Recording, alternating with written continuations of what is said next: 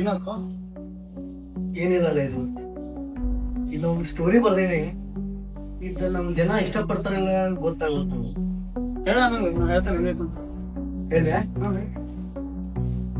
ಇದು ಸ್ಟೋರಿ ಹೆಂಗೈತಂದ್ರ, ಈ story artist story ಇಲ್ಲ. ನೀವು ಆರ್ಟಿಸ್ಟ್ ಹೆಂಗಿರ್ತಾನಂದ್ರ ಇವ್ ಥ್ರೂ ಸ್ಕೆಚ್ ಸ್ಟೋರಿ ಹೇಳ್ತಿರ್ತಾನ. ಬಟ್ ಅವ್ನು ಸ್ಟೋರಿನ ಸಿಗ್ತಾನ ಹಿಂಗೆ ಎಲ್ಲಾ ಕಡೆ ಕಾಡ್ತಾನ. ಸ್ಟೋರಿಯನ್ಸ್ ಹೆಂಗ್ ಫ್ರಸ್ಟ್ರೇಟಿವ್ ಆಗಿರ್ತಾನ, ಅದಕ್ಕ ಡಿಪ್ರೆಷನ್ ಹೋಗಿಬಿಟ್ಟಿರ್ತಾನ. ಆದ್ರ ಒಂದ್ ದಿನ ಸ್ಟೋರಿ ಸಿಗ್ತೈತ. ಹೆಂಗ